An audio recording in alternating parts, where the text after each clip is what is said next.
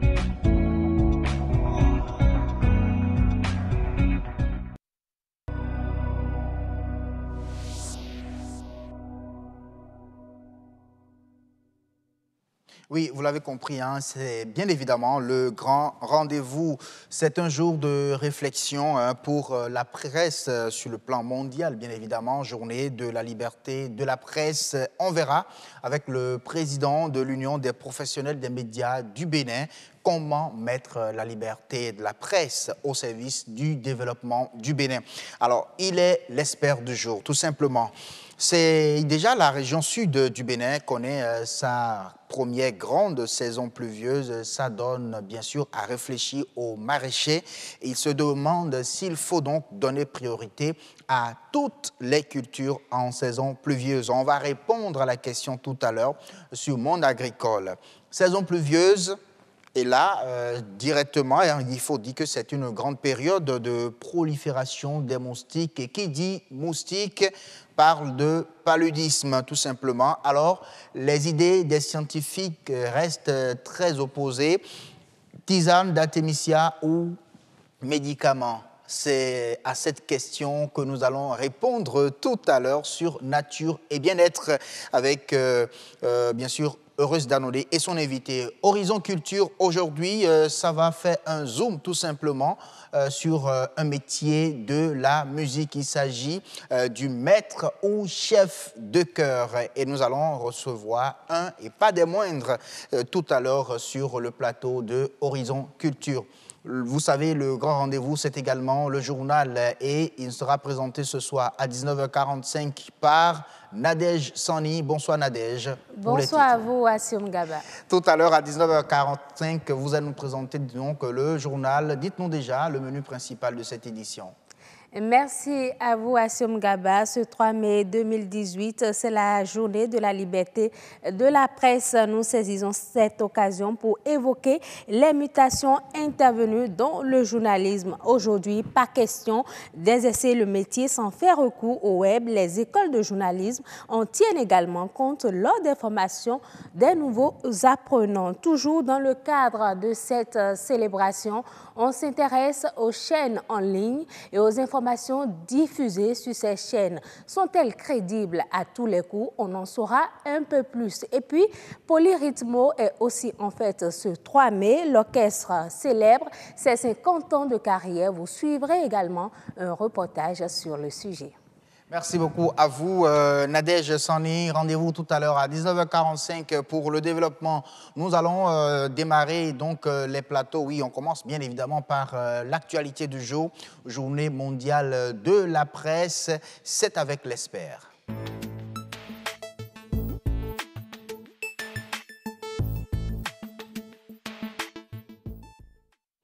C'est l'une des caractéristiques de la démocratie. La liberté de la presse est célébrée tous les 3 mai. Raison de la présence sur ce plateau en ce jour du président de l'Union des professionnels des médias du Bénin, M. Franck Potiemé. Bonsoir. Bonsoir. Merci d'avoir accepté notre invitation. C'est la fête, on y est. Oui, bonne fête à tous les professionnels des médias du Bénin, de par le monde entier. Voilà. Alors, mais quelle est selon vous la place de la liberté de la presse dans les systèmes démocratiques? Je crois que dans les systèmes démocratiques, la presse, la liberté de la presse joue un rôle primordial. C'est un pilier important dans un tel système. La liberté de la presse permet d'assurer, de veiller sur la maison état de droit. Vous avez vu qu'à la conférence nationale en 1990, lorsque nos aînés ont fini de tout faire, ils ont compris, ils ont vu l'urgence. Nous avons fait des réformes politiques profondes, mais comment est-ce que nous allons nous assurer que ces réformes pourront durer dans le temps? Il y a eu la Cour constitutionnelle qui est chargée d'aider à veiller sur les tests, la Cour suprême, mais ça ne suffisait pas. Et la presse est là, d'accord, et il y a eu le principe de la libéralisation de l'espace, contrairement à ce qui a été vécu juste avant la conférence nationale. Ce principe a été réaffirmé, mais ça ne suffisait pas non plus. Et ils ont été obligés d'inventer. Ça, c'est le génie béninois qu'il faut saluer. Si de par le monde entier, il a dit que la presse est le 4e pouvoir, en tout cas que la presse est un contre-pouvoir important, dans les démocraties africaines rares, dans les rares démocraties africaines qui existaient en 90, il n'y avait pas encore une institution genre la haute autorité de la communication. Donc ça a été un génie, ça a été l'œuvre du génie béninois. Les années ont créé cette institution pour aider, parce qu'on s'est dit, mais oui, nous avons dit que désormais la presse est libre dans notre pays. Mais lorsque les velléités tendant à brigader la presse s'affichaient, mais comment est-ce que nous allons pouvoir régler tout ça là? C'est ça qui a été à l'origine de la création de la HAC, qui est institué pour protéger cette liberté de la presse dans le pays. C'est le rôle premier de la HAC. Donc, son premier rôle, c'est de protéger la liberté de la presse. C'est de protéger les journalistes, c'est de protéger la liberté de manière générale. De manière générale. Alors aujourd'hui, parlant de la liberté de la presse et la HAC, est-ce que vous pensez que la HAC est vraiment en train de jouer son rôle? Bon, je trouve qu'elle ne fait pas suffisamment. Nous ne voyons pas souvent, lorsque nous sommes dans une situation compliquée d'atteindre la liberté, nous ne voyons pas la HAC. Vous faites allusion à quelle situation, par exemple? Lorsque c'est la HAC encore qui vient à fermer des organes de presse, mais pour rien au monde, on doit fermer un organe de presse. Pour rien au monde. Différentes lois ont prévu des sanctions lorsque les organes deviennent fautifs, parce qu'effectivement, il faut le reconnaître, même si nous parlons, nous acclamons la liberté, il est important que cette liberté soit encadrée pour que nous ne versions pas dans le libertinage. Voilà, vous vous rappelez ce qui s'est passé au Rwanda. C'est grâce à une radio que le pays s'est embrasé. Donc, il nous faut des balises pour empêcher. Donc, pour empêcher que la maison ne prenne feu. Et la HAC, qui est l'organe mis en place pour protéger, lorsque nous venons à constater que c'est cette HAC-là qui envoie des huissiers pour fermer. Quelque part, elle a raison en s'appuyant sur la loi organique. Mais la Constitution est supérieure à la loi organique. Et la Constitution, c'est clair. Maintenant, dans la loi organique, on a donné des prérogatives. Mais je crois que les prérogatives, c'est beaucoup plus lorsque nous nous retrouvons dans des cas de dérive. De dérive. Voilà. Lorsque sur une télévision, radio, on veut embraser, on veut inciter à la haine, à la violence, et sans attendre l'ensemble des conseillers. Ça pourrait être lourd d'attendre de convoquer les conseillers, dont le président de la HAC qui apprend qu'il y a une dérive attentatoire qui pourrait faire exploser, peut rapidement prendre une mesure conservatoire pour dire arrêtez. Et après, maintenant, ils convoquent les conseillers, ils prennent le temps pour apprécier et décider de la suite à donner après cette mesure conservatoire. Mais aujourd'hui, nous ne nous retrouvons plus dans ces cas. Lorsque vous rappelez la HAC, c'est la HAC même qui nous empêche, nous, journalistes, de faire un sit-in. Un sit-in. C'est le monde à l'envers. C'est le monde à l'envers. Donc, la HAC qui ne joue véritablement pas son rôle. Oui. Alors, le Bénin, une fois encore, a regressé dans le classement Reporters sans frontières de 6 points pour occuper la 84e place sur 180. C'est d'ailleurs même un classement que vous protestez, d'ailleurs, mais est-ce à dire que tout va bien en matière de liberté de presse au Bénin quand vous contestez, quand vous protestez ce classement? Non, c'est heureux quand nous revenons un peu encore sur ce débat-là. En fait, notre position à l'Union, ce n'est pas par rapport au rang. Je l'ai dit, nous n'avons pas les outils techniques pour classifier. Nous n'avons pas ces outils-là. Je ne peux pas rester dans mon bureau ici et dire que le Bénin mérite d'être deuxième ou d'être millième. Mais lorsque je constate, dans le même rapport, qu'on dit, que RSF dit qu'au Ghana, par exemple, que la plupart des organes, je crois qu'ils ont donné un pourcentage, des organes sont proches du président de la République, des membres du gouvernement et de leurs partisans, et que malgré ça, le Ghana est côté premier de l'Afrique, premier, je ne sais pas, premier ou deuxième de l'Afrique, je dis, il y a quelque chose qui ne va pas. La réalité dans mon pays, ce n'est pas ça. On ne peut pas cataloguer les journaux comme étant proches du pouvoir. Non, au Bénin. Et le rapport de RSF même dit qu'au Bénin, il y a une liberté certaine. Vous ne pouvez pas dire, vous êtes là pour apprécier la liberté. Et vous reconnaissez qu'il y a une liberté certaine. Et vous déclassez par rapport à des pays où il n'y a pas cette liberté certaine-là, où la plupart des journaux sont proches du pouvoir.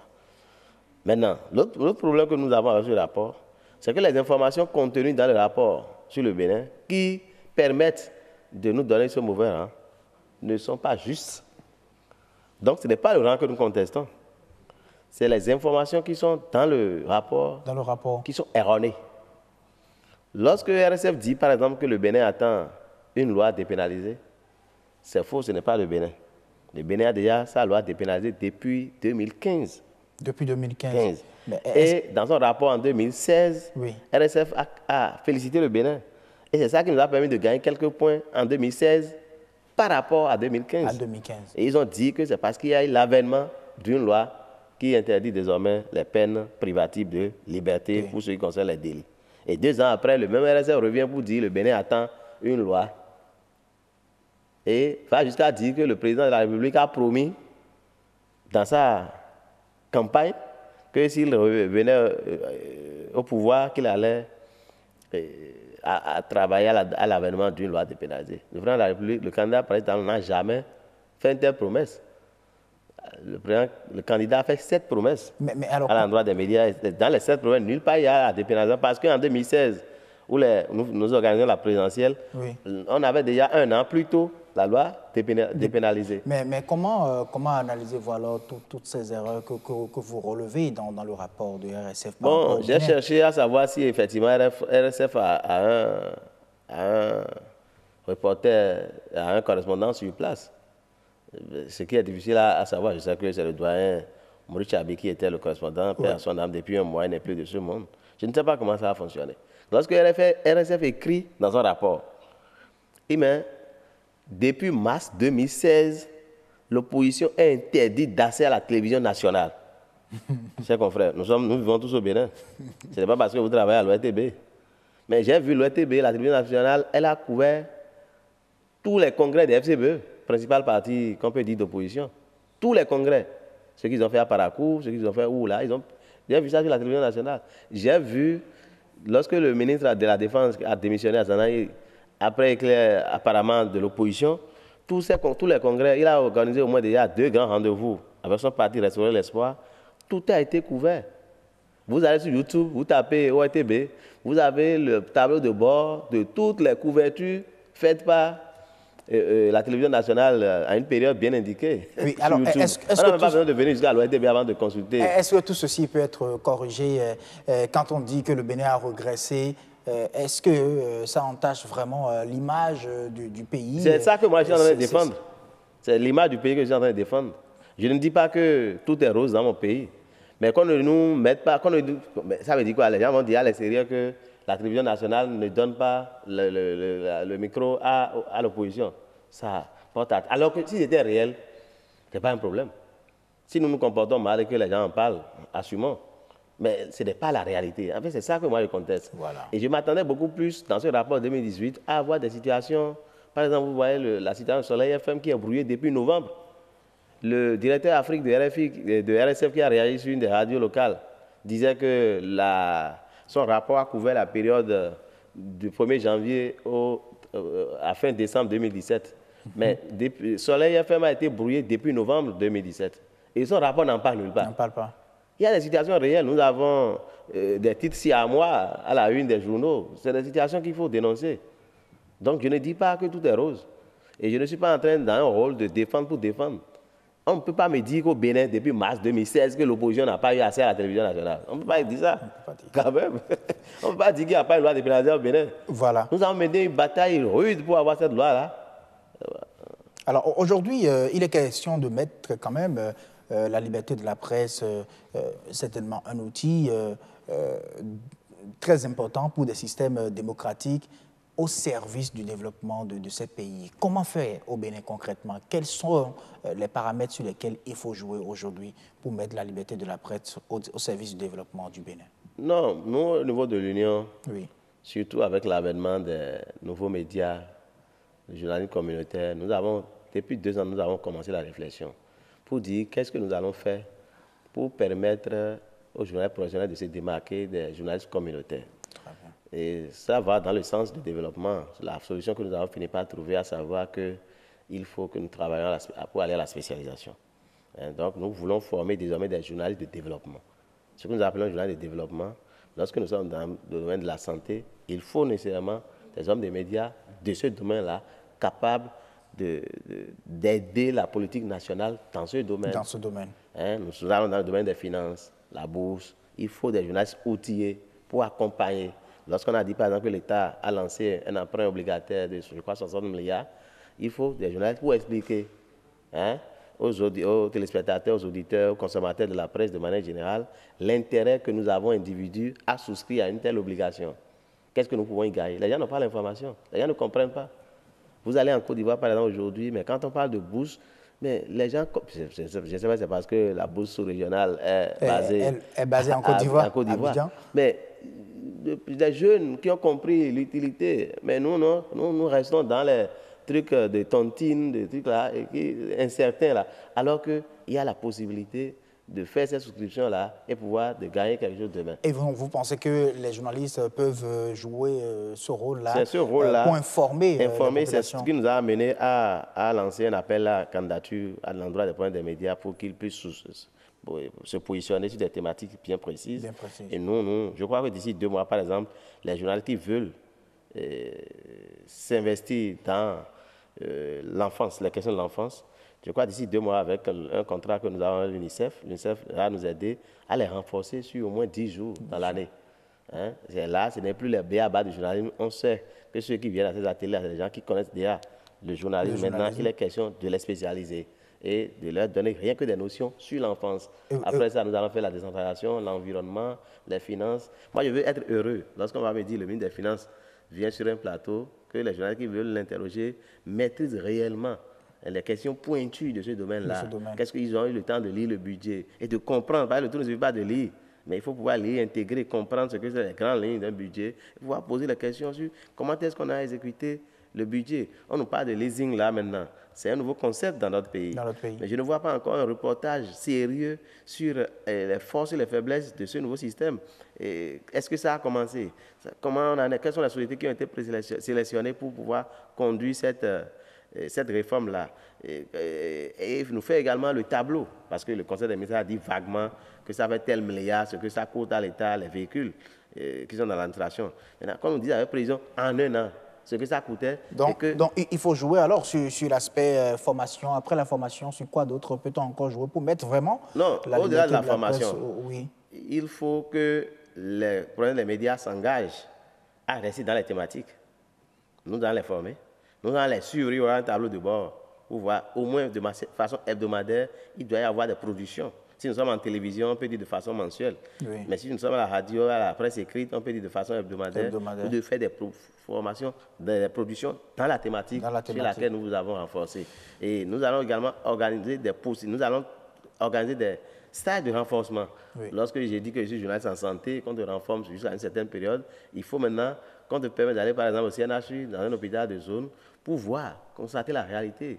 Sous forme de stage. Sous forme de stage. Voilà, c'est des trucs comme ça que nous sommes en train de développer pour que les journalistes puissent accompagner le développement du pays. Merci beaucoup à vous, Franck Potiemain. Je rappelle que vous êtes le président de l'Union des professionnels des médias du Bénin, l'UPMB. C'est la fête aujourd'hui. Je pense qu'il y a beaucoup de manifestations dans le pays. Oui, d'abord à Cotonou, il y a les JMB que le groupe Elan organise en collaboration un peu avec l'UPMB. Nous avons prévu un mini-tournoi. La demi-finale, c'était hier mercredi. La demi-finale a fait hier. Maintenant, aujourd'hui, nous avons fait le volet intellectuel le matin.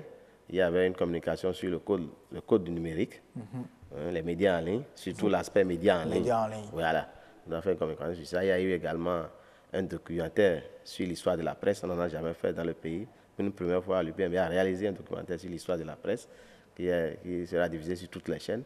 Il y a également un colloque fait de communication sur l'investigation et sur beaucoup d'autres thématiques liées toujours à la gouvernance, au développement. Voilà. Donc c'est à peu près. Et puis la finale demain vendredi. Allez, merci donc au président. La fête continue donc, je dirais même jusqu'au week-end au niveau bien sûr du stade de l'amitié de Cotonou, parlant bien sûr des journées des médias du Bénin, les JMB. Alors, je le disais tout à l'heure, parlant bien sûr de la journée mondiale, non plutôt de la saison pluvieuse, que ça donne vraiment à réfléchir aux maraîchers. Mais ce dont nous allons parler tout d'abord, c'est bien évidemment l'artémisia qui aujourd'hui a traité vraiment le paludisme. On se demande s'il faut la tisane ou s'il faut toujours rester collé aux médicaments, aux produits aux produits chimiques, voilà, pharmaceutiques. On va répondre donc à cette question sur nature et bien-être.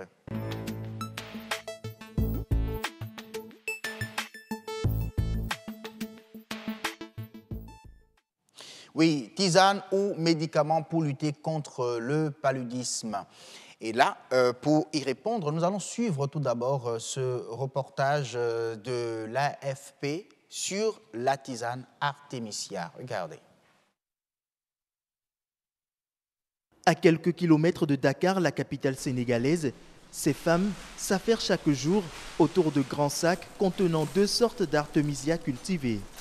Leur tâche, broyer les feuilles et les tiges jusqu'à obtenir une poudre vert sombre qu'elles conditionnent en petits sachets pour infusion ou en gélules. Tout ceci sous le regard attentif du jeune ingénieur agronome belge, responsable de la maison de l'artémisia au Sénégal. Il rassure que l'utilisation de l'artémisia contre le paludisme n'a aucun effet secondaire. Il n'y a pas d'effet secondaire, il n'y a pas de résistance et c'est vraiment un prix qui est adapté sur un traitement d'1 semaine. La personne prend l'artémisia pendant 1 semaine, elle est guérie, elle n'a plus de traces de parasites dans le sang, donc elle ne va plus faire de crise de palu. Depuis les années 2000, des tests sur des centaines de personnes vivant dans des zones infectées, notamment en République démocratique du Congo et au Cameroun, ont démontré une efficacité préventive et thérapeutique allant jusqu'à 100% après 7 jours de consommation de la tisane, poursuit le jeune Belge installé au Sénégal après ses études. Sœur Françoise Cissé, une fidèle utilisatrice de l'artémisia, témoigne. Même quand j'ai des signes de palu, je commence à prendre. Voilà. Et les autres aussi, comme j'ai traité le palu, je sais que ça a un effet sur ça. En dépit de son efficacité avérée, des spécialistes mettent en garde contre l'utilisation inconsidérée de l'artémisia. Autant pour la prévention, bon, on n'est pas encore dans la résistance et autres, mais en cas d'accès avéré, je pense qu'il serait sage quand même d'utiliser des traitements qui sont reconnus comme efficaces parce que le palu, ça peut aller très très vite et un accès de palu non traité correctement peut en 2 jours se transformer en accès grave et entraîner la mort. L'artémisia, redécouverte pendant la guerre du Vietnam, n'est pas une inconnue de la science moderne. Il faut noter tout de même que l'OMS n'en recommande pas l'utilisation sous sa forme naturelle. Oui, en plateau, on retrouve bien sûr Pierre Wemar, qui est le directeur de la ferme agroécologique La Providence. Vous produisez de l'artémisia, c'est ça? C'est exact. Allez, merci de venir à nous depuis Banig B, c'est ça, oui, sur le plateau. Voilà, vraiment, le plateau du Bénin. Bonsoir et heureuse d'annoncer. Bonsoir, Siom Gaba. Alors, on parle aujourd'hui de lutte contre le paludisme. Je le disais, nous sommes en saison pluvieuse et donc les moustiques, il y en a vraiment en quantité. En quantité. Et quand on parle de moustiques, et en qualité, côté paludisme. Côté paludisme. Quand on parle de moustiques, c'est le palu en même temps. Et donc, la question qu'on se pose, est-ce qu'il faut de la tisane ou il faut des médicaments? Des médicaments. Mais déjà, il faut dire, il y a quelques jours, nous avons célébré la journée mondiale du paludisme. Oui. Et nous avions dit sur ce plateau que l'incidence du paludisme aujourd'hui dans notre pays était en tout cas vers octobre 2017, selon l'un des représentants du ministère de la Santé, de 4,6%. Et la létalité est de 0,8% pour 1000. Pour 1000. Maintenant, on se dit, voilà une plante. Un produit naturel, un remède naturel contre le paludisme. L'OMS, toujours en pleine lutte contre cette maladie-là, pourquoi ne pas opter pour du naturel? Et vous avez dit, est-ce qu'il faut choisir entre la tisane ou le médicament? L'expert est là pour nous répondre. Merci à vous, Monsieur Wemar. Vous pouvez nous dire quelque chose, un petit mot en Banig B, si c'est une langue. Alors, ça doit être Yoruba ou le Nago? Banig B, là-bas, on est en Gon. En Gon. On est un peu cousin avec les fonds, on se comprend bien. Hein. Bon, moi, je ne parle pas encore vraiment. Je maîtrise les petits mots avec les personnes qui travaillent avec nous. Ok, vous êtes installé au Bénin depuis combien de temps déjà? Ça fait bientôt 2 ans. Voilà, et on a ouvert cette ferme sur la paroisse Saint-André de Banig B, où en fait c'est une ferme à but social pour aider vraiment les gens à retrouver le goût de la terre, qui est vraiment la richesse première du Bénin. La terre, c'est, je pense, l'or du Bénin. Donc, voilà. Et on a réussi à cultiver cette plante. Moi, je pense qu'on va rentrer dans les détails ensemble. Alors, mais comment êtes-vous venu à cette plante-là, à l'artémisia? Alors, notre ferme s'appelle La Providence et je pense que son nom est bien trouvé parce que c'est assez providentiel qu'on ait pu apporter cette plante au Bénin. En fait, on venait pour donc, cette mission de développement agricole sur cette paroisse et on a rencontré une personne en France qui a monté la maison de l'artémisia, une maison qui a pour but de promouvoir la culture de la plante et aussi les études cliniques sur cette plante pour justement éradiquer le paludisme. Voilà. C'est un des moyens aujourd'hui naturels pour en arriver à combattre cette maladie. Et c'est facile de produire cela dans notre pays? Les conditions climatiques favorisent la chose? C'est une très bonne question. Malheureusement, la plante est habituée plutôt à un climat assez frais, en altitude. Elle nous vient de Chine pour cette variété qui est là. Et malheureusement, évidemment, la chaleur, l'humidité au Bénin n'est pas forcément son meilleur environnement. Et surtout qu'elle est très sensible à tout, l'environnement, l'hydrométrie, la qualité du sol. Donc on a dû travailler notamment avec cette ferme qu'on a vue au Sénégal, qui a adapté les semences depuis des années au climat africain. On est assez proche finalement ici au Bénin du climat au Sénégal.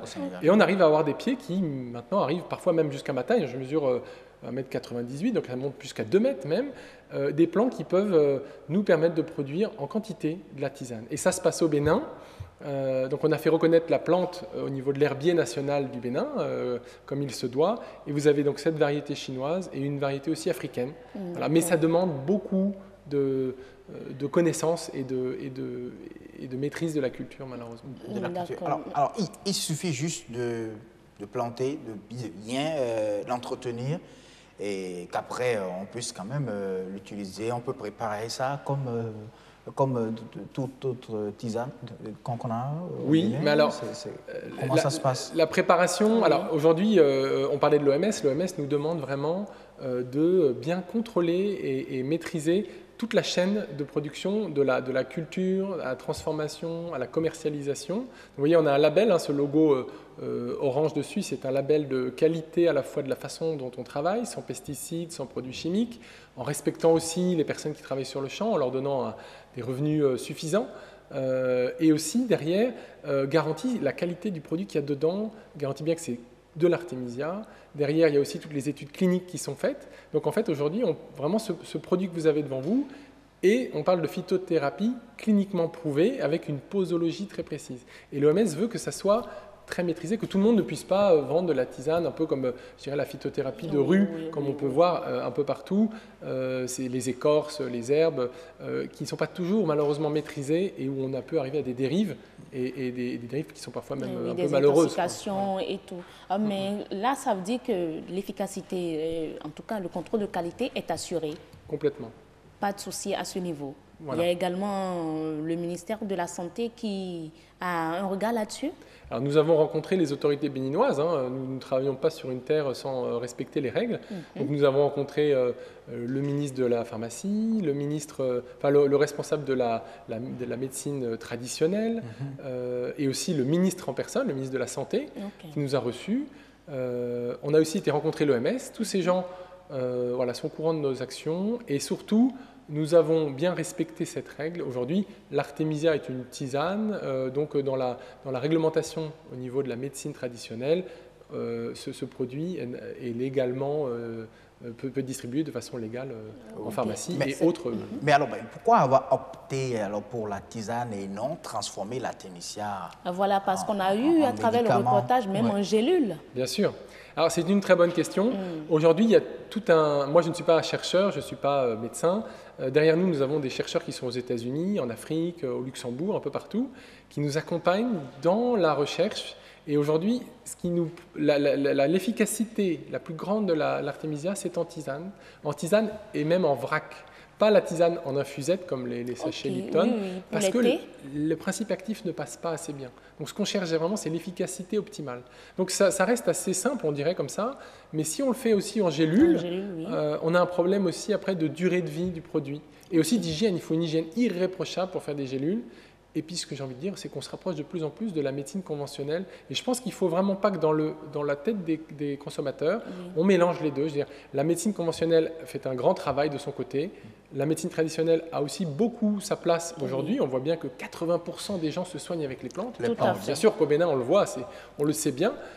Mais voilà. Et donc, nous, on est vraiment du côté de la médecine traditionnelle. Et on ne veut pas empiéter sur leur domaine. Le territoire des autres. Voilà. Et l'efficacité n'est que de 6 mois en gélule, alors que en tisane, c'est plus de 3 ans. On sait qu'au-delà de 3 ans, c'est un Donc, lorsqu'on achète déjà le produit comme ça, tel que c'est là, c'est pour au moins 3 ans. Voilà. Mais malheureusement, ça va être consommé avant, parce qu'on a malheureusement les crises qui sont là. Voilà. D'accord. Oui. Mais là, est-ce que c'est conseillé pour tout le monde? Est-ce que les enfants, parce que le paludisme, on sait qui sont les personnes exposées, les femmes enceintes et les enfants. C'est ça qui est terrible. Les plus fragiles, finalement, aujourd'hui, ne sont pas toujours les plus couverts parce que certains produits ne peuvent pas être consommés par ces populations-là. L'artémisia n'a aucun effet secondaire, donc déjà quelque chose de très grand, et aucune toxicité. Aujourd'hui, elle peut être prescrite pour des enfants, même de moins des nouveau-nés. En dessous de 15 kilos, les enfants ont juste à prendre une dose réduite à moitié. Et après... même les femmes enceintes, il a été prouvé qu'aujourd'hui, il n'y avait aucun effet secondaire. Mais les études continuent, notamment des études qui vont être vraiment poussées encore plus. Mais le reportage a mentionné quand même un certain nombre de choses. On a eu votre confrère Pierre Van Damme. On se demande même si l'artémisia travaille avec les pierres, parce qu'on a un Pierre Weimar sur le plateau. Et au Sénégal, c'est Pierre Van Damme. Mais ils ont parlé également de cette réticence-là. On a eu la représentante à Dakar de l'Institut Pasteur qui a dit qu'elle ne conseille pas cela. C'est mieux de consommer les produits homologués, reconnus déjà par l'OMS. Et dans le même temps, notre confrère Rodrigue Babak-Beguto a dit que l'OMS refuse l'utilisation de Artemisia en tant que tisane, bien que l'OMS reconnaît son efficacité. Voilà, c'est vrai qu'il y a une confusion qui est un petit peu dérangeante. Voilà. Aujourd'hui, j'ai un point, une nouveauté depuis que le reportage est sorti. L'OMS Afrique, donc, qui est à Brazzaville, a signé un accord de partenariat avec la Maison de l'Artemisia, donc cette maison avec laquelle on travaille tous, donc Pierre Vandamme notamment, nous-mêmes, au Congo aussi. Voilà. Et ils vont faire des études ensemble, conjointes, pour pouvoir, sur des sites pilotes, ça sera d'abord au Congo, puis peut-être dans d'autres pays d'Afrique, pour ne pas pouvoir contredire les études effectuées. Parce qu'aujourd'hui, nos études sont parfois, en effet, remises en cause, alors que l'efficacité est là. On le voit même nous sur le terrain, on voit des populations entières qui n'ont plus le palu. Donc ça marche vraiment. Donc là, l'OMS veut vraiment avancer. Et ça, c'est une grande nouvelle qui va pouvoir permettre de redonner vraiment à l'Artemisia voilà, ça va. Donc, ce n'est pas une question de business. Mais en attendant, pendant que je vais vous poser la question, essayez d'ouvrir le produit pour qu'on voit réellement ce qu'il y a à l'intérieur de l'emballage. Et je veux quand même savoir, est-ce qu'aujourd'hui, on peut consommer le produit en disant que c'est un made in Benin? Qu'est-ce que le Bénin gagne dans la production, la transformation et la consommation du produit? Aujourd'hui, la chance qu'on a, voilà, c'est que c'est un produit qui est fabriqué entièrement au Bénin. C'est-à-dire la culture, donc on fait travailler, nous, sur notre ferme, des Béninois. Envoyez ça vers Ration pour qu'il montre un peu le produit aux populations. Mais je pense que ça se voyait avec la caméra de... Voilà, oui. Donc ce sont des Béninois avant tout qui travaillent et qui gagnent de l'argent. D'ailleurs, nous sommes bénévoles ici au Bénin. Donc les seuls, je dirais, qui profitent aujourd'hui de cette activité sont des Béninois. On fait aussi l'emballage, par exemple, est aussi fabriqué au Bénin. On ne souhaitait pas dépendre. Au début, on pensait faire venir les emballages de France, parce qu'on vient là-bas. On s'est dit, mais non, aujourd'hui, l'intérêt, c'est que le produit est totalement béninois. C'est-à-dire de la production jusqu'à la distribution. Un seul sachet suffit pour guérir un adulte? Très bonne question. Un sachet, on va parler d'adultes, parce que les enfants, on peut en dessous d'un 15 kg. On va y aller rapidement, quelques secondes. On peut soigner une crise totalement de palu, on n'aura plus de plasmodium, on n'aura plus de gamétocytes. Et ça, c'est le nerf de la guerre. Si on n'a plus de gamétocytes, on n'aura plus de transmission du palu. Après ça, il faut continuer, une fois qu'on s'est nettoyé, à prendre en préventif. La prévention, c'est tout le temps. Tant qu'il y aura le palu au Bénin, tant qu'il y aura le palu en Afrique, il faudra que les gens prennent en prévention la tisane. Et avec ça, un Béninois peut tenir 2 mois de prévention. Un sachet, 2 mois de prévention. Ou une crise de palu. Vraiment avec un nettoyage D'accord. On aura le temps d'échanger encore plus sur le sujet dans un autre format beaucoup plus large. Sur un forum. Oui, pourquoi pas. Ce serait bien. Ce sera selon leur disponibilité aussi. Bien évidemment. Vous serez disponible pour les téléspectateurs de BB24. Nous sommes disponibles pour le Bénin et avant tout pour le Bénin et bien sûr pour votre antenne. Merci en tout cas. Merci beaucoup, Monsieur Wemar. Merci, Rose Danondé. À très bientôt. On va rejoindre les maraîchers cette fois-ci, en attendant bien sûr de retrouver l'équipe du journal à 19h45. Oui, Monde agricole.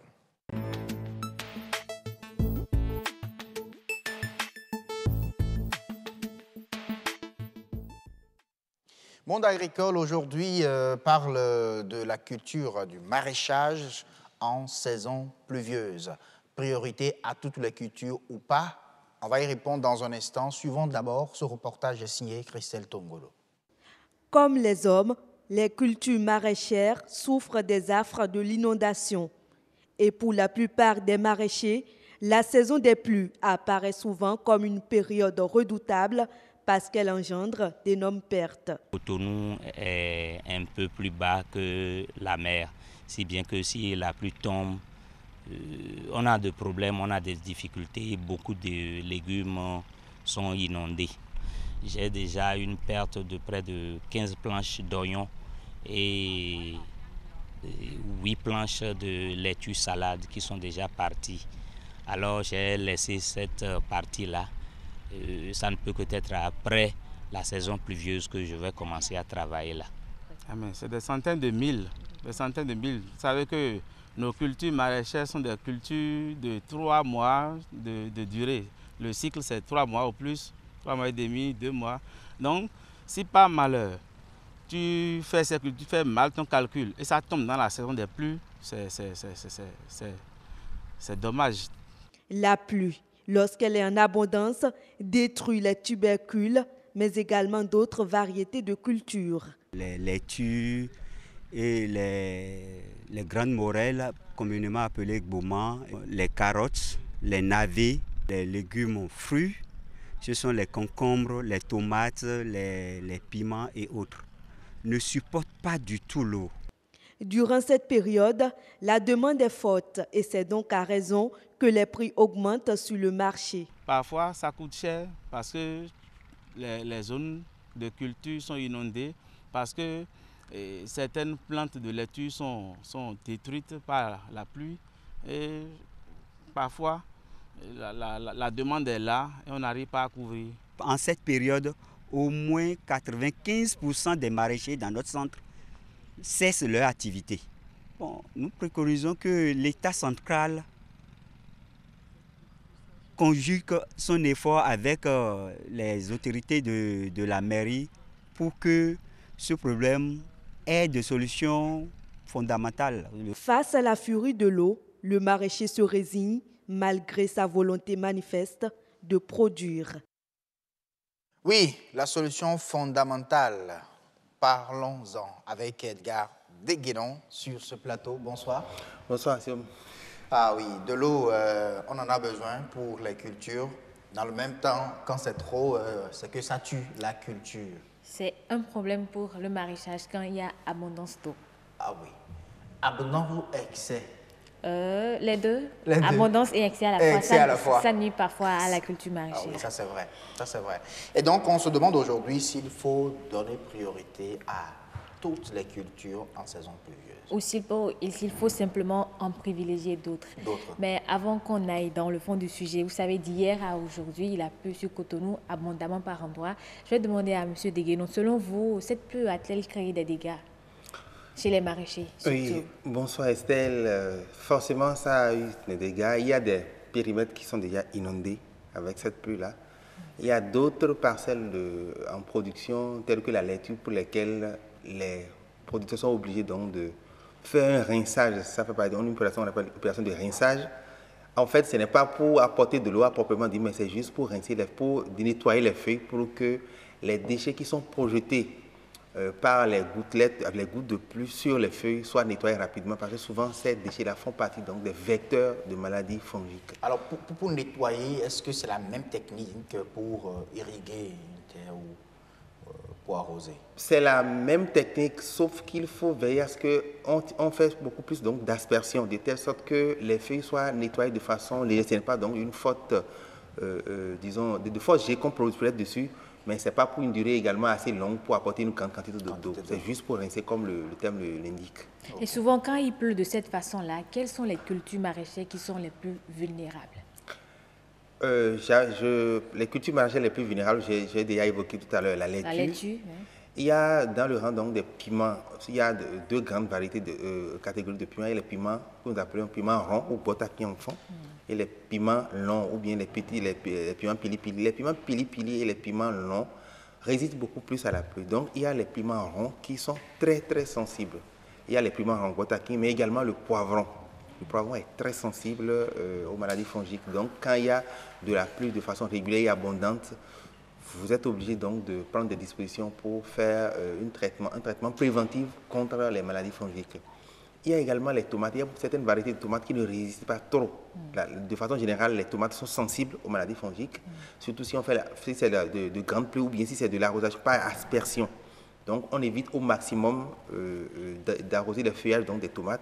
Mais quand la pluie arrive, on ne peut rien contre cela. Donc, on est obligé donc de prévenir cela ou bien de faire des traitements préventifs avec des fongicides, de préférence avec des produits à base de soufre ou bien de cuivre. Alors, souvent quand on va sur les sites de maraîchage, les cultures sont sur des planches. Est-ce que, du fait de l'abondance de la pluie, ces planches ne risquent pas de disparaître?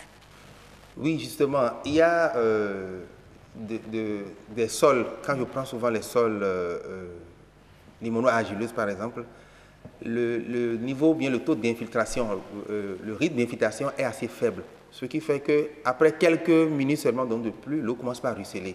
Il y a beaucoup de cas où ça peut emporter tout un hectare donc, de culture, c'est-à-dire que les planches disparaissent complètement. Totalement. Et c'est pour cela qu'il faut veiller déjà à prendre des mesures en aménageant le sol. On doit prévoir donc des canaux d'évacuation d'eau, mais il faut également disposer les plantes dans certains centres à prévoir dans l'écoulement de l'eau. Okay. Il y a également des diguettes qu'on installe. Il peut y avoir des diguettes, je veux dire, végétales, c'est-à-dire il y a des types de plantes qu'on peut installer pour pouvoir casser un peu le rythme d'évacuation, de ruissellement de l'eau.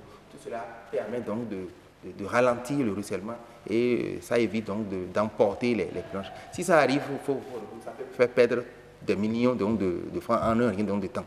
Et finalement, pour éviter tous ces dégâts-là, les dégâts que vous avez cités du fait de l'abondance d'eau, est-ce qu'il y a des cultures qu'il faut privilégier en temps de grande saison de pluie au détriment d'autres?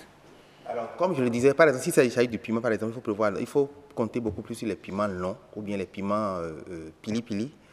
Il faut, quand il s'agit donc des tomates, il faut privilégier les variétés qui sont des variétés locales qui résistent vraiment à la pluie. Il y en a qui résistent, même s'il y a de fortes pluies, ça ne pose pas de problème. Il faut, en choisissant la variété, tenir compte des variétés qui tiennent, qui sont plus robustes, qui ne se couchent pas facilement. Parce que si ça se couche facilement, ça va faciliter donc disons, l'éclaboussure donc des feuilles. Donc des variétés qui tiennent, qui sont robustes, qui résistent un peu donc à coucher facilement. Donc il y a ces variétés donc il faut tenir compte. Il y a des variétés donc par exemple d'oignons qui tiennent bien, qui n'ont pas besoin de traiter, par exemple les échalotes par exemple, bien les petits oignons verts. Oui. C'est des variétés donc de légumes qui tiennent bien. Qui tiennent très bien. Donc, on comprend donc toute culture oui, mais toute variété non. On verra, on ira un peu plus en détail sur cette question-là tout à l'heure, mais il est l'heure. Il est l'heure du journal sur le grand rendez-vous. Nadège Sani est en place. Suivons-la.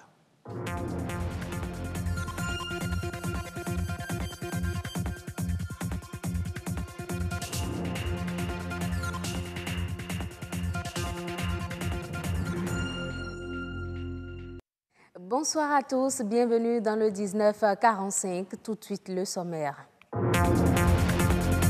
La profession journalistique évolue au rythme des avancées technologiques. Aujourd'hui, l'Internet est devenu un outil indispensable dans le métier. Que devrait être la formation pour les nouveaux apprenants? On en parle. Après la presse écrite, la radio et la télévision, les chaînes en ligne sont créées et permettent d'informer les internautes. Quel crédit devrait-on accorder aux informations de ces chaînes du web? La réponse tout de suite. Et puis Polyrythmo célèbre ses noces d'or ce 3 mai. Ce groupe mythique a fait danser des générations. Polyrythmo, un orchestre immortel, un élément à suivre dans ce journal.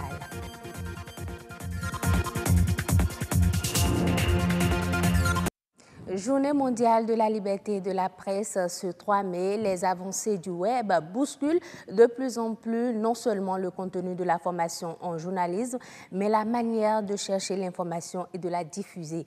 Dans les écoles, plus de formation en journalisme sans le numérique. Auréole Aïyon, Patrick Adjagbodjou. Le journalisme, un métier passionnant et noble. Un art qui s'apprend dans les écoles et universités qualifiées, dans un studio de radio et sur le plateau d'une émission télévisée, y ont accès ceux qui sont formés pour la pratique. Nous avons la chance d'avoir des écoles de journalisme au Bénin. Avant, il n'y en avait pas assez. Il faut aller à Dakar, il faut voyager, aller en France. Sinon, en dehors de ça, il faut se contenter des séminaires in situ, des formations sur le tas pour prétendre être journaliste. Et je peux vous dire quand même que cette expérience a laissé des empreintes quand même assez agréables. Ça a donné de très bons journalistes, ce qui n'est pas le cas aujourd'hui. Nécessairement aujourd'hui, pour être très bon journaliste, il faut aller à l'école de journalisme. Le métier de journalisme fait rêver, mais de l'école à la rédaction des organes audiovisuels et de la presse écrite, il faut s'imprégner des rouages du métier. En fonction des spécialités, que ce soit la radio, la presse écrite ou la télé, il faut maîtriser l'investigation, les éléments constitutifs de la presse écrite ou de la radio, les enquêtes, les reportages, le direct à la radio, direct en télé, présentation télé, tout ce qu'il faut connaître globalement. Mais je peux vous dire, ce n'est pas ça aujourd'hui qui fait le bon journaliste. Un enfant qui a 17 ans, qui a 18 ans, et finit le journalisme à 21 ans, 22 ans, il n'est pas bon journaliste. Il faut qu'il retourne dans les rédactions pour aller faire au moins 3 ans de pratique professionnelle avec les anciens, qu'il aille sur le terrain, qu'il apprenne avant de prétendre être bon journaliste. Pour avoir la primeur de l'information, le journaliste fait preuve d'une grande proactivité parce que l'information n'attend pas. Il faudrait également que le journaliste également puisse s'adapter donc à une nouvelle exigence du métier, qui veut que depuis le lieu de reportage, qu'il puisse donc donner l'information au fur et à mesure, en même temps que celui qui a juste son portable et qui n'est pas un professionnel. Il y a une qualité fondamentale à avoir également au niveau du journaliste. Quand vous faites la profession de journaliste, il faudrait que vous ayez l'humilité. L'humilité, quand vous n'avez pas l'humilité, vous passez à côté. Il faut que vous ayez donc de la consistance dans vos productions et que ceux qui vous écoutent, ceux qui vous lisent, quand on entend votre nom quelque part, il se dit, là, lui, c'est un bon journaliste. À l'ère du numérique, les écoles de formation en journalisme s'adaptent aux nouvelles exigences du métier de journalisme. Dans un monde de journalisme où tout évolue à une vitesse de son, de la lumière, dans un monde où depuis plus de 5 ans, nous parlons du numérique. Ça n'a pas commencé aujourd'hui. Il y a plusieurs lois qui sont déjà passées sur le numérique. Il y a une première loi déjà au niveau de l'ACEP, déjà, qui était déjà passée. La deuxième loi vient d'être promulguée. Avant même déjà sa promulgation, on savait que cette loi existait. Donc tout le long de cette année, les enfants, les étudiants commencent déjà à se familiariser au contenu de cette loi sur le numérique. Nos étudiants, qu'on ne les forme pas à s'apprivoiser les notions essentielles du numérique. C'est ce que nous faisons et c'est ce que toute école doit faire aujourd'hui. Sinon, les étudiants seront totalement en déphasage avec le temps. L'intégration du numérique au journalisme révolutionne à petits pas les métiers de l'information. Le passage de l'analogique au numérique impose donc de nouveaux dispositifs. Pour s'informer, beaucoup se servent aujourd'hui des réseaux sociaux qui font partie intégrante du quotidien des Béninois. On y retrouve une variété d'informations, mais toutes ne sont pas fiables. Quelle crédibilité accorder donc à l'information partagée sur les réseaux sociaux? Auréole Ayeyon, Benol Djogbe et Jennifer Sativi nous apportent la réponse dans ce reportage. Avant tout conçu pour maintenir l'interaction entre ses utilisateurs, les réseaux sociaux sont progressivement utilisés pour diffuser des informations. Plusieurs l'ont adopté au détriment des médias traditionnels. Avec ça, on a rapidement les infos. Et quand toi, tu as une information qui est vraiment fiable, tu envoies à ton collègue ou à ton ami qui est loin. C'est plus facile d'accès. Mais avant de partager aussi les informations, on doit aussi essayer de vérifier. Ce que les gens mettent sur les réseaux sociaux, c'est ça, nous mettons en tête. Et quand toi tu lis seulement, on ventile, sans être informé, sans avoir une idée sur la réalité, ce qui se passe, même parce que nous ne suivons plus la télé. C'est comme l'information mobile, parce qu'on bouge avec en même temps. Et sur place, dès que quelque chose se passe, vous êtes informé. L'engouement suscité par les réseaux sociaux est non négligeable. Compte tenu de cela, il se révèle aussi bénéfique pour les professionnels de l'information. Aujourd'hui, les journaux même sont obligés de suivre, les journaux physiques là, sont obligés de suivre l'évolution technologique du monde, de sorte que même s'ils font des supports papier le lendemain, déjà lorsque l'événement se produit, en même temps ils mettent sur leur site. Ils peuvent ne pas tout mettre au moins en tout cas une brève et dire vous aurez la suite dans la parution de demain. Les médias en ligne qui existent aujourd'hui et qui ont comme support de diffusion de l'information qu'ils publient sur leur site les réseaux sociaux, comme WhatsApp, Facebook, Twitter, LinkedIn, des réseaux sociaux de ce genre-là par lesquels les médias peuvent ou plutôt passent leur information. Et donc, quand ils publient par ce canal-là de diffusion de l'information, ça atteint beaucoup plus de personnes. Il faut faire la nuance entre l'information qui provient d'un professionnel des médias et donc un journaliste qui a pris le temps de chercher et de vérifier l'information avant de diffuser et n'importe quel citoyen qui n'a pas véritablement vérifié l'information avant de la diffuser. Afin de réglementer le secteur, plusieurs dispositions sont prises. Le code sur le numérique qui a été adopté il y a quelques jours maintenant permet de réglementer ce secteur-là. Donc on peut dire que nous avons une législation complète. Hein? Quand on met le code de l'information, le code sur le numérique ensemble, nous avons tout l'arsenal qu'il faut pour organiser le secteur, les réseaux sociaux, au-delà des réseaux sociaux, les médias en ligne, tout ce qui est Internet.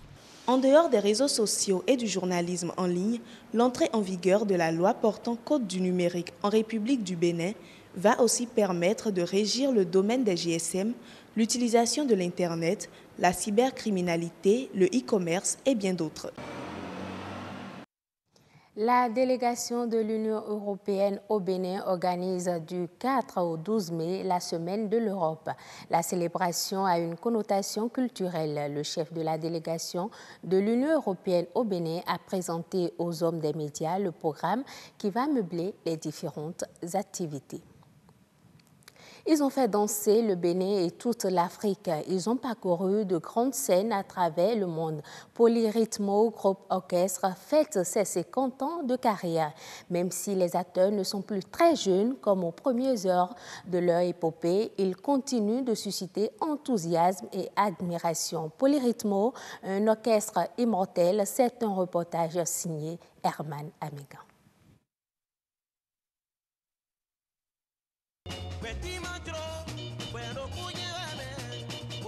Il est des artistes intemporels, dont l'aura traverse les générations. Ainsi du groupe Polyrhythmo.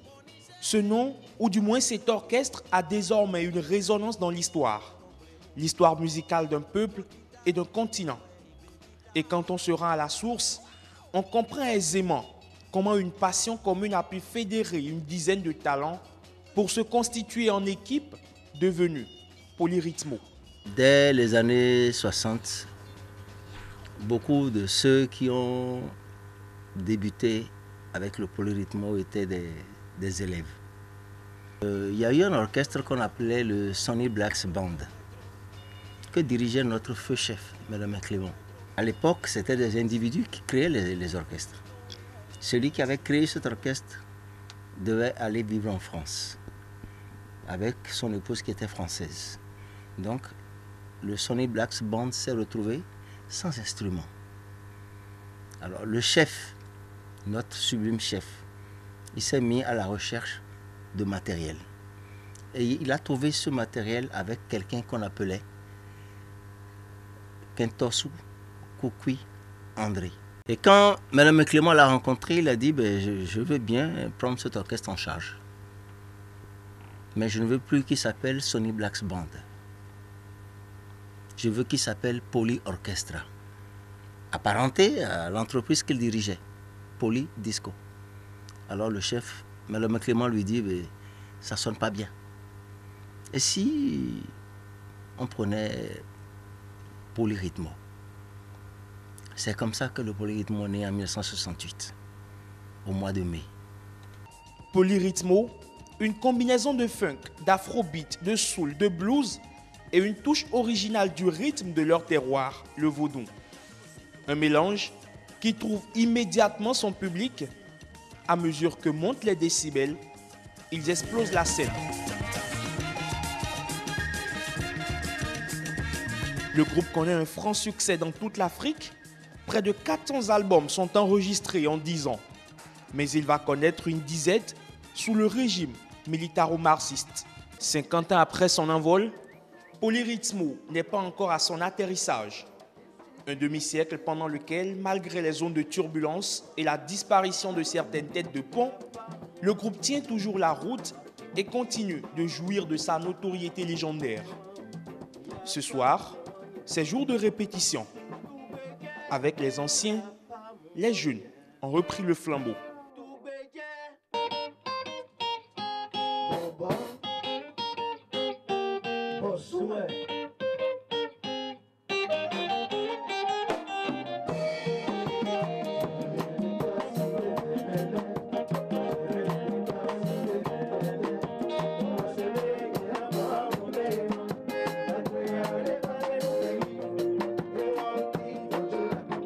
La relève est assurée depuis des années. Nous avons de nos frères, des bons musiciens qui sont avec nous. Le petit qui est à la batterie, c'est le fils de notre chef défunt, Mme Clément, c'est son fils. Et je vous dis, la relève est assurée, il n'y a aucun problème. Le nom, le paludisme ne disparaîtra pas. Pour marquer leurs 50 ans, ils entrevoient une tournée dans le monde. De leurs voix et instruments, ils s'apprêtent à conquérir de nouveau la fibre sensuelle des mélomanes, encore nostalgiques. Une nouvelle brève à présent et ce sera en Algérie où la production céréalière sera excellente cette année 2018. C'est ce qu'a indiqué le directeur du département des céréales de l'Office algérien interprofessionnel des céréales. Cette perspective favorable tient principalement aux précipitations abondantes qui sont tombées dans l'Est, l'Ouest et le centre du territoire, souligne le responsable. En outre, l'Algérie prévoit couvrir grâce à un accroissement de sa production, 90% de ses besoins en blé dur et la totalité de la consommation d'orge d'ici 2020. C'est la fin de ce journal. Merci de votre aimable attention. Bonne fête à tous les professionnels des médias et également au groupe Polyrythmo. À demain. Merci beaucoup à vous, Nadège Sani. À demain, donc, pour d'autres informations sur le grand rendez-vous. On revient en plateau avec M. Edgar Deguelon et Estelle Pazou. Voilà, pour continuer à parler, bien évidemment, du maraîchage en saison pluvieuse. Il est question donc de faire la différence, savoir en réalité s'il faut donner priorité à toutes les cultures. Et on retient déjà, M. Edgar Deguelon, qu'on peut, on peut donner priorité à toutes les cultures, mais pas à toutes les variétés de ces cultures-là. Oui, c'est ça que je disais tantôt. J'ai donné l'exemple de quelques légumes fruits. Quand on prend les légumes feuilles, il faut beaucoup plus donner priorité à l'amaranth, que nous appelons forte et enfant. Il y a le vernonia, Amaviver, je veux dire. Il y a également Akaya, Cléomée Ginandra. Il y a également Tchayo. Oui, le goma, par contre, le goma est un peu plus sensible, j'en viens. Donc, le goma, si vous devez faire le goma, il faut vraiment, de façon préventive, faire donc des traitements fongiques pour prévenir cela. Les 4 premiers légumes, dont il n'y a pas légumes feuilles, ont beaucoup plus une capacité donc, de résistance et de produire donc de l'immunité. C'est cela que même si les feuilles sont détruites ou bien déchirées, ils arrivent quand même à réagir, à tenir par rapport aux maladies fongiques. Quand nous prenons maintenant le cas donc, des légumes racines, il y a des variétés, par exemple, de carottes ou bien de betteraves qui résistent plus donc, à ces maladies fongiques-là. Quand on prend par exemple les variétés comme Touchon ou bien Nantaise améliorée ou bien All Season Cross, c'est des variétés qui tiennent bien pendant la saison pluvieuse. C'est des de variétés donc, de carottes. Voilà. All Season Cross. Oui. Ça traverse toutes les saisons sans problème. C'est doux comme... C'est très doux et c'est relativement précoce aussi. À partir de 10-11 semaines déjà, vous pouvez déjà commencer par récolter. Et est-ce qu'il y a des méthodes de fertilisation particulières en saison pluvieuse? Oui, justement, il y a, pendant la saison pluvieuse, il faut éviter que les fertilisants que vous utilisez soient excessivement azotés. S'il y a trop d'azote dedans, ça favorise donc, le développement des maladies fongiques. Et si vous appliquez des fertilisants organiques ou pas, qui sont riches en azote, c'est de préférence que vous faites donc des couronnes ou bien des tranchées. Après avoir fait l'épandage, il faut refermer les trous, je veux dire les tranchées, pour que ça ne reste pas à la surface. Puis si ça reste à la surface avec les pluies, ça éclabousse facilement les feuilles et ça facilite le développement donc, des maladies fongiques. Donc il faut privilégier donc, des fertilisants qui ne sont pas trop riches en azote. Et même si c'est le cas, il faut éviter que cela ne soit à la surface donc, du sol pour que cela soit projeté après. Alors tout ce que nous disons ici maintenant, en ce qui concerne les précautions à prendre en saison pluvieuse par rapport à telle ou telle autre culture maraîchère, est-ce que tous les maraîchers ont ces informations-là? Il faut reconnaître que la grande majorité des maraîchers ne suivent pas un cours, classique, mais de façon empirique. Les gens savent quelle culture faire à telle saison. De façon générale, vous allez voir que les gens ne produisent pas beaucoup de poivrons quand il pleut. Ceux qui le font, ils savent comment faire donc, des traitements fongiques de façon préventive.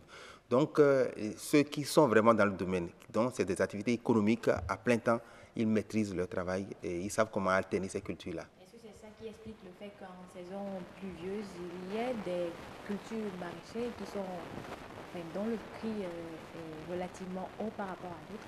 Oui, c'est normal. C'est la loi de l'offre et de la demande. Si une culture n'est pas très favorable, si une saison n'est pas très favorable à une culture, c'est normal que le rendement en reçoit un coup. Et s'il n'y en a pas suffisamment sur le marché, on constate que le prix flambe. Le plus flambe. Alors, ces temps-ci, quelles sont les cultures dont les prix vont connaître vraiment une augmentation? En début de saison pluvieuse comme ça, vous allez voir que le piment rond, le botakin par exemple, vous n'allez pas en voir ça suffisamment. C'est quand on va commencer par aborder juillet, août, où les prix vont régresser un peu, que les prix donc, de la tomate, du botakin ou bien du poivron rond va commencer par baisser. Le poivron, c'est sûr, le prix va monter parce qu'on n'arrive pas à produire. Ceux qui le font, c'est presque la croix et la bannière pour eux. Donc, ceux qui arrivent à gérer, c'est une petite quantité, donc ils vendent ça assez cher sur le marché. Les tomates donc, qui ne sont pas résistants également, en début de saison comme ça va coûter cher. Et c'est quand les prix vont régresser, donc on va aborder la période donc, de l'intersaison entre les deux saisons au sud. Oui. Je veux dire la période où il va y avoir donc des plus fines là, c'est là où la tomate va commencer par baisser également de prix. De prix. Oui. Sinon actuellement la tomate. Oui, ça coûte cher. Non seulement ça coûte cher, même notre tomate n'est pas suffisante sur le marché. On continue d'en importer. Ah, on continue d'en importer. Oui, les tomates, la variété la plus achetée sur le marché, ce n'est pas la tomate de chez nous. Mais notre tomate a commencé par arriver tout doucement, mais le prix, ça coûte encore les yeux de la tête, comme on le dit. Oh là là. Alors, si on doit faire un petit résumé, quelles sont, de façon générale, les précautions à prendre en saison pluvieuse? Pour résumer, déjà au niveau donc, du choix donc, de votre parcelle, il faut choisir une parcelle qui n'est pas inondable. Une deuxième chose, au niveau de l'aménagement, il faut tenir compte donc, des dénivelés pour prévoir donc, des évacuations d'eau pour que les eaux de ruissellement n'emportent pas vos planches. Et également, pour installer les cultures, il faut prévoir soit des buttes, des planches. Et il faut éviter surtout les casiers pour que les plantes ne soient pas inondées. Il y a également les variétés donc, de cultures. Il faut choisir les variétés qui sont les plus résistantes donc, aux maladies fongiques et les variétés qui sont robustes, qui tiennent beaucoup plus sur les planches. Voilà. Alors, avis donc aux maraîchers de Cotonou et de tout le Bénin, pourquoi pas?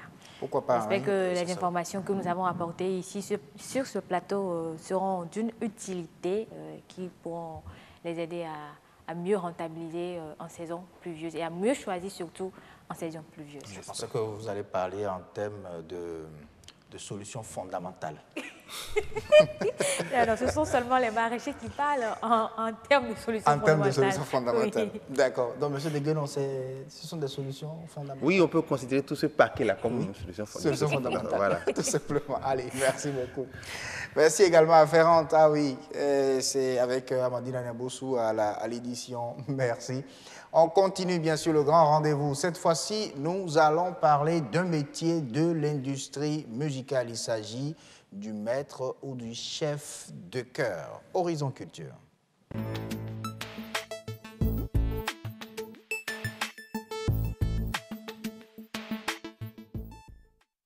Oui, on les voit souvent devant des chorales ou des chœurs en train de faire la main. Ils disent, bon, allez, vous démarrez ici, revenez, basse, ténor et tout le reste. Ben, en réalité, comment devient-on chef de chœur? Est-ce que vraiment c'est un métier qui nourrit vraiment son homme? Quelles sont les techniques? Qu'est-ce que ça veut dire? Tous ces gestes-là, leur signification. On parlera de ça sur le plateau avec un maître de chœur ou un chef de chœur, si vous voulez, et pas des moindres, en tout cas au Bénin. Vous allez le découvrir dans un instant. On suit tout d'abord ce reportage signé Sylvania Tchanou. Chanter est un art. Il fait appel à l'ensemble de production de sons musicaux à l'aide de la voix. Pour préparer et coordonner un groupe de chanteurs, on fait appel au maître de chœur. C'est lui qui coordonne tout ce qui se passe au niveau chant, que ce soit au niveau de la voix, au niveau des instruments. Il est celui qui coordonne tout. C'est pour ça que je l'appelle le manager en chef. Comme le rôle de tout autre maître de chœur de l'église du christianisme céleste, je crois que le rôle c'est de diriger. C'est un rôle de direction de la chorale. Posséder d'excellentes connaissances musicales est un atout favorable que doit posséder un chef de chœur. Pendant la représentation, il vérifie les entrées et sorties des différents chanteurs. C'est aussi lui qui commande toutes les interventions d'un élément musical. Quand je prends le chant, non seulement je bats le temps pour le batteur, je bats le temps pour le chœur et en même temps j'invite le chœur à prendre certaines parties de la chanson. Vous allez constater tantôt les voix sont haut, ça c'est forte et fortissimo. Donc quand le maître de chœur élève ses mains vers le haut, fait comme ça veut dire que monter vers le forte, bien vers le fortissimo. Mais par contre, quand le maître de chœur fait comme ça par exemple, ça veut dire que aller un peu plus bas, donc aller dans le piano, si possible dans le pianissimo. Dans la plupart des congrégations religieuses disponibles ici au Bénin, le maître de chœur ne suit pas une formation particulière, mais naît avec ce don.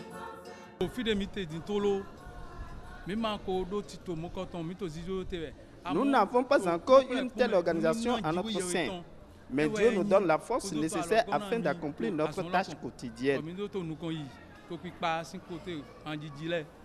Ce n'est pas une obligation, mais c'est une nécessité, c'est un atout majeur.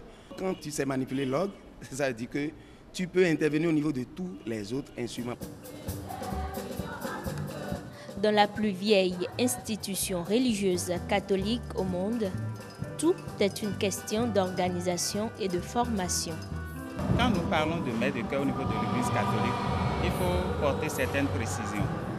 D'abord, c'est quelqu'un qui a suivi une formation relativement dans la théorie musicale, l'harmonie musicale, et comment il faut coordonner, comment il faut harmoniser voix, instruments et les leads. Dans les temps passés, il n'y avait pas de formation parce qu'il n'y avait pas beaucoup de fidèles au sein de l'Église du Christ céleste. Donc on fait avec tout juste celui qui peut chanter et rassembler les gens. Mais au fil des ans, ça a changé. Depuis quelques années, on a les formations, d'abord les formations administratives et les formations techniques. Le maître de chœur n'intervient plus seulement au sein d'une chorale. De plus en plus, il assure la coordination au sein des chœurs indépendants, professionnels, voire amateurs. Merci à vous, Sylvania Tchanou, pour ce reportage. Retour en plateau avec Maître Simon Dédi. Merci beaucoup d'avoir accepté notre invitation de venir à nous ce soir pour parler du rôle du maître de chœur. Il paraît que c'est un métier de la musique. Oui, ça? Merci beaucoup et je suis heureux d'être sur ce plateau aujourd'hui, la première fois sur BB24, ça, c'est vrai. pour parler un peu du métier de chef de chœur. Oui. Et avant de répondre à votre question, je voudrais faire un peu une lumière sur une terminologie. Très bien. Le chœur, chorale et chef de chœur. Ces trois expressions me paraissent importantes avant de définir ce que c'est que le chef de chœur comme métier. Comme métier. Alors, pour moi, un chœur a deux significations en musique. Le chœur, c'est une réunion de chanteurs, d'accord, qu'on appelle les choristes, d'accord, qui exécutent un morceau ensemble. La deuxième définition du chœur, c'est une composition musicale destinée à être chantée par plusieurs personnes. Voilà les deux expressions de chœur, les deux terminologies de chœur. Okay. Maintenant, quand on parle de chorale, c'est un ensemble vocal. Seulement que cette expression est plus utilisée dans les églises. Alors, quand on parle de chœur, c'est dans la rue, dans la ville, un peu, mais quand on parle de chorale, c'est plus dans les chorales, dans les églises. Okay. Alors, quand on parle de chef de chœur, c'est relatif à ce qui n'est pas lié à l'église. Mais quand on parle de maître de chœur, c'est ce qui est relatif à ce qui est lié à l'église. Alors là, il y a donc cette différence-là qu'il faut marquer. Donc, à l'église, on a des maîtres de chœur. Et en ville, on a des chefs de chœur pour des chorales, pour des chœurs non religieux, pas forcément religieux. Ok. Voilà. Maintenant, quand on parle de chef de chœur, pour moi, c'est forcément, c'est sans embâche, sans discussion, un musicien. Forcément un musicien chargé de préparer et de coordonner le chant des différents pupitres dans une chorale. On ne peut pas parler de chef de chœur non musicien. Ça, il faut que ce soit clair. Et comment devient-on alors le chef de chœur? Il y a 1001 façons de devenir chef de chœur. Tout à l'heure, dans votre reportage, j'entendais, bon, on devient chef de chœur par naissance. Non, je suis désolé. On peut être chef de chœur par hasard. On peut être chef de chœur parce qu'on vous a obligé à être chef de chœur, mais on peut être chef de chœur aussi parce qu'on est allé à l'école de chef de chœur. Donc, voici, il y a 1001 façons d'être chef de chœur. Maintenant, pour devenir un vrai chef de chœur, en dehors donc de ce qu'on vous a obligé à être chef de chœur, en dehors de ce que vous êtes allé, parce que peut-être dans votre groupe, il n'y a aucun leader, et vous êtes improvisé chef de chœur, vous devez maintenant la suite remplir toutes les fonctions et apprendre tout ce qu'il faut pour être un chef de chœur. Être un chef de chœur suppose plusieurs choses. Donc, alors, comment est-ce que les Béninois apprennent donc à être chef de chœur aujourd'hui? Oui, dans l'ancien temps, il y a quelques années, une quarantaine d'années, on n'avait pas des écoles spécialisées de chefs de chœur. On n'en avait pas. Donc, on se basait peut-être sur le hasard, sur un raccommodant par ici, par là. Mais aujourd'hui, au Bénin, on a des institutions spécialisées en formation de chefs de chœur. D'ailleurs, les 25, 26, 27, moi, je serai en formation de chef de chœur à Dassa. Je vais réunir une cinquantaine de maîtres de chœur qui ont fait une formation diplômante pour diriger les chœurs. Pour diriger les chœurs. Ben oui, donc aujourd'hui, il y a des institutions qui forment des chefs de chœur. Voilà, donc... Et quels sont souvent les modules que vous développez quand il s'agit donc de former les gens aux chefs de chœur? Alors, quand on dit qu'il faut être chef de chœur, cela suppose qu'est-ce qu'il faut pour être chef de chœur? Ok. Qu'est-ce qu'il faut pour être chef de chœur? Un chef de chœur, il faut 4 choses. 1. Un chef de chœur doit être un éducateur.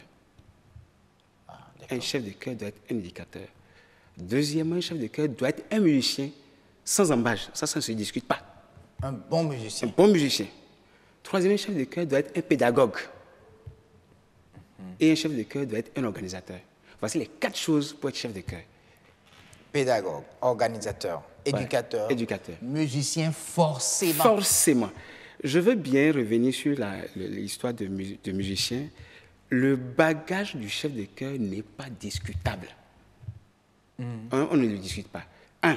Le chef de chœur doit être excellent en solfège, excellent, savoir déchiffrer tout en chantant, sans hésitation. Sans hésitation. Alors, quand on parle de solfège, ce sont les notes. Les notes musicales. Mais ce que nous constatons... Il y a une écriture particulière. Oui. Alors, quand on regarde dans nos chorales, les chefs de chœur, comment ça se comporte, bon, qu'ils ne se fâchent pas. Qu'ils ne se fâchent pas, c'est une façon de les obliger, de les inviter plutôt à la formation. J'appelle plutôt nos chefs de chœur des répétiteurs de classe de chant aujourd'hui. Parce qu'un chef de chœur qui prend une partition, qui doit la solfier devant ses choristes, n'est pas un bon chef de chœur. Pas du tout. Il ne solfie pas la partition devant son chœur. Il chante directement la musique, les paroles. Quand on parle de lecture, regardez, quand on vous remet un texte à lire. Est-ce que vous syllabez, est-ce que vous dites L-A, la, T-E, te, avant de dire la tête, Non, on lit directement. Alors, on parle de lecture musicale. Donc, pourquoi est-ce qu'on doit d'abord solfier les notes avant de chanter les paroles? C'est que ce chef de chœur ne maîtrise pas encore très bien la lecture musicale. Qui est le solfège. Voilà, à ce niveau-là, donc le bagage du chef de chœur est obligatoire, le bagage musical. Et il y a le solfège, il y a l'harmonie qu'il doit absolument maîtriser. Mais pour un chef de chœur qui n'est pas allé à l'école, mais qui a quand même l'oreille musicale, qui arrive quand même à chanter, surtout en traditionnel, vous savez, ils sont lead souvent, et puis les autres sont des chœurs et qui prennent la voix, ils peuvent leur dire, mais non, n'allez pas dans telle gamme. Non, ils ne sont pas des chefs de chœur, ils sont des animateurs de groupe. Ils sont simplement des animateurs de groupe. Tout simplement, ils ne sont pas des chefs de chœur. Chef de chœur suppose savoir lire couramment la musique, savoir harmoniser et avoir une bonne voix. Si l'une de ces 3 choses manque à un chef de chœur, il n'est pas un bon chef de chœur. Mais je mets une réserve. Oui. Je ne dis pas que dès le début, que le chef de chœur doit être parfait et posséder toutes ces trois choses dont j'ai parlé au niveau du bagage musical. Mais avec le temps, au fil des semaines, des mois, des années, il doit arriver à ce niveau pour pouvoir mieux diriger son cœur, pour pouvoir mieux faire ressortir les qualités de son cœur. Les qualités de son cœur. Alors, ce que beaucoup se posent comme question, c'est quoi? C'est souvent le côté pécunier. Vraiment, on se dit, mais être chef de chœur, est-ce que ça paye au Bénin? Et tout le reste, bon. Et puis, bon, c'est lié également à l'industrie musicale de façon générale. Oui, hier, j'étais au cours à l'UAC et j'étais avec les étudiants de 3e année de l'INMAC et je leur disais, c'est à vous, c'est à nous, musiciens, de valoriser notre métier. Lorsque nous, on devient musicien et que être musicien pour nous, être chef de chœur, c'est se tresser ou se presser les oreilles, les gens ne prendront pas au sérieux. Lorsque nous sommes musiciens, nous sommes chefs de chœur et que pour l'animation, on nous dit, bon, on vous donne 5 000 ou 24 000 que nous prenons, ça, ce n'est pas être chef de chœur, ce n'est pas un métier. Ça, c'est juste un jonglage pour vivre, tout simplement. Le métier de chef de chœur est un vrai métier. Un vrai métier. Et aujourd'hui, les gens font la licence, le master, le doctorat dans cette branche-là. Moi, il y a un professeur qui vient dispenser des cours chez moi en analyse musicale, de partition et direction chœur, mais il est docteur en musicologie, professeur à l'Université de Toulouse. Eh bien, c'est comme ça, c'est un métier comme tous les autres aujourd'hui. Donc, on peut bel et bien réussir sa vie tout en restant chef de chœur. Seulement, quand on a fini d'étudier et d'avoir tout, tout l'arsenal qu'il faut pour être chef de chœur, quel est le projet que soi-même, on monte pour son cœur, pour sa chorale, pour que ce projet nourrisse maintenant et les choristes et le chef de chœur. Et le chef de chœur. Voilà, c'est la problématique. C'est là la problématique. Et aujourd'hui, il n'y a pas encore d'organisation, une association des chefs de chœur ou des maîtres de chœur au Bénin pour mieux organiser, je dis, la corporation, la profession. On en vient. Puisque on a eu aujourd'hui l'association des professeurs de musique du Bénin, c'est déjà un pas. Et on en vient, il y a déjà des critiques, des propositions qui se font sur mettons-nous ensemble les chefs de chœur pour valoriser notre métier et pour montrer que être chef de chœur n'est pas un métier de banana. Ce n'est pas juste un métier où on va, bon, parce que les gens sont en train de manger, bon, nous on chante pour eux et ils mangent et après nous on rentre à jeun, on fait 10 km à pied. Non, on va arrêter cette affaire. Donc il y a déjà des idées qui sont en train de se construire là-dessus et d'ici ces quelques années, je suis sûr que ce métier prendra son envol. Alors, est-ce qu'un maître de chœur, il est aussi un coach de voix pour, par exemple, des artistes confirmés? Parce qu'ils en ont souvent, ces artistes-là. J'ai dit tout à l'heure qu'un chef de chœur, c'est un musicien, un chef de chœur, c'est un pédagogue, un chef de chœur, c'est une voix.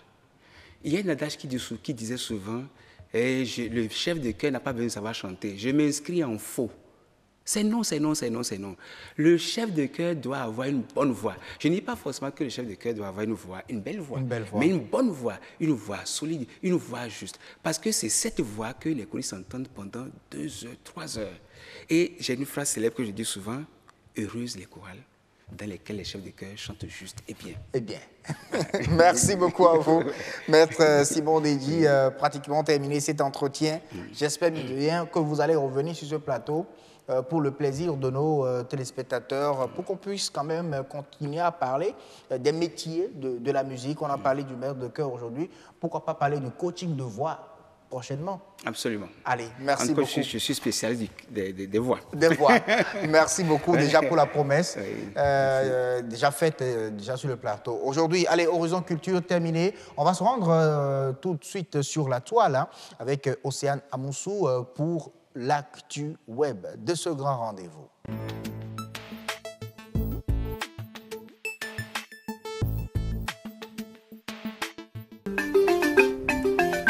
Bonsoir à tous et merci de prendre à nouveau le rendez-vous de la revue des informations publiée sur la toile.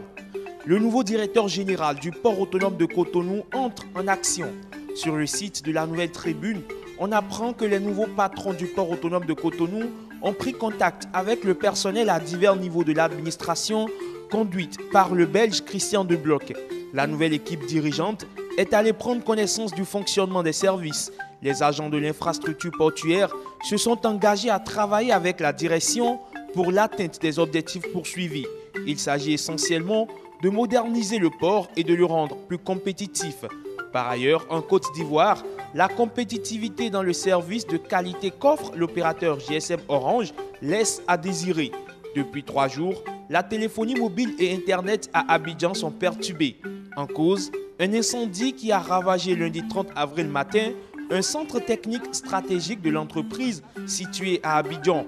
Le sinistre a réduit de près de 50% les capacités Internet de l'entreprise selon son directeur général.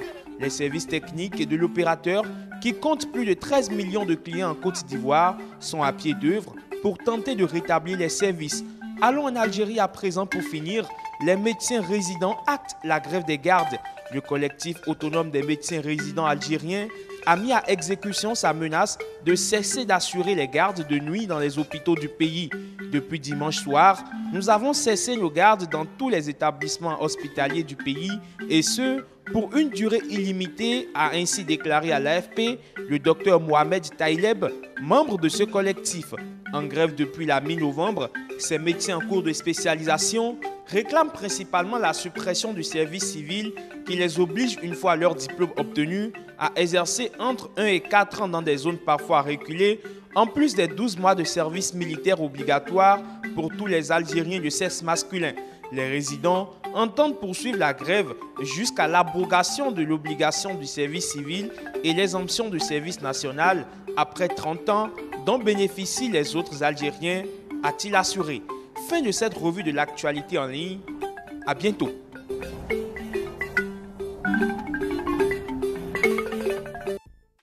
Merci à vous, Ossiana Moussou, pour la présentation de l'actu web. Juste derrière vous, on va jeter juste un deuxième coup d'œil sur la météo, par là, messieurs, de cette édition du Grand Rendez-vous.